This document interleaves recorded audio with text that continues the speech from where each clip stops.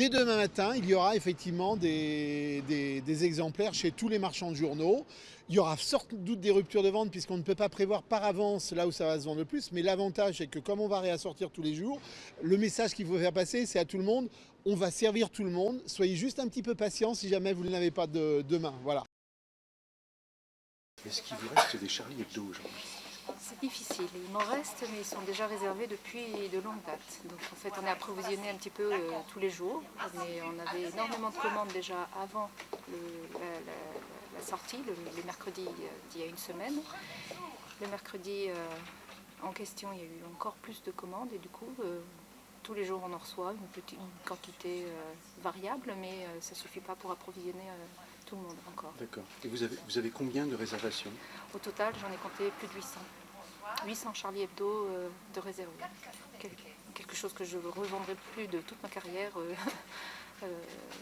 C'est sûr, 800 Charlie Hebdo vendus, c'est énorme. J'en vendais un, deux par mois, au plus. Oui.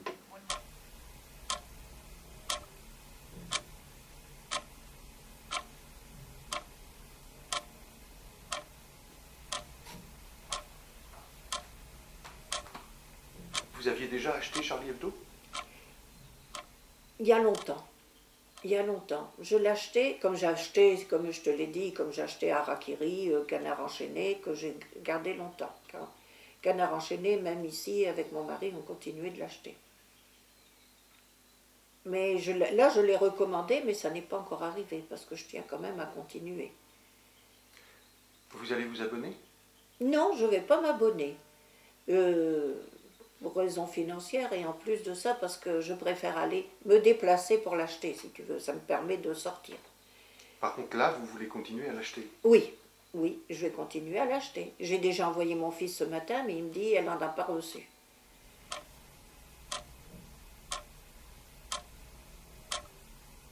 Et ce Charlie Hebdo, donc, il y a des choses qui vous ont fait rire malgré tout? Oui, oui, oui. Il y a des choses qui m'ont fait rire. Mais il y a des choses que j'ai... Il y a une chose que j'ai pas aimée. C'est le dessin sur la mère Teresa. Enfin bon, je le savais, j'ai quand même écouté un peu ses interviews, elle aussi, bon, mais ça m'a fait rire, mais un peu choqué aussi. Ici-bas, je me masturbais, je peux pas lire ça. Ouais, qu'est-ce qu'elle dit? Au paradis, je vais sucer des queues. Écoute, je trouve ça... Parce que je trouve que c'était une femme qui était très dévouée, humaniste et tout.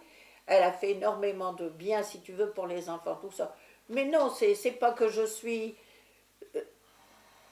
profondément choquée. Non, non, c'est pas... Je suis pas... Ça titille, si tu veux. C'est...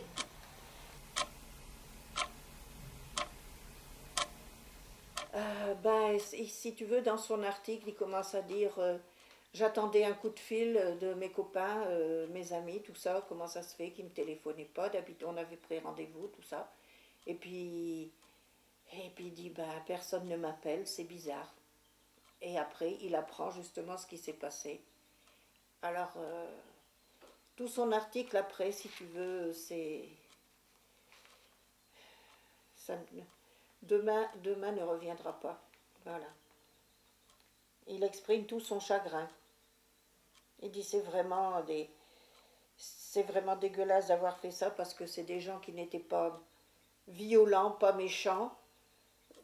Que maintenant, si on ne peut plus lire ou rire de quelque chose, c'est vraiment catastrophique.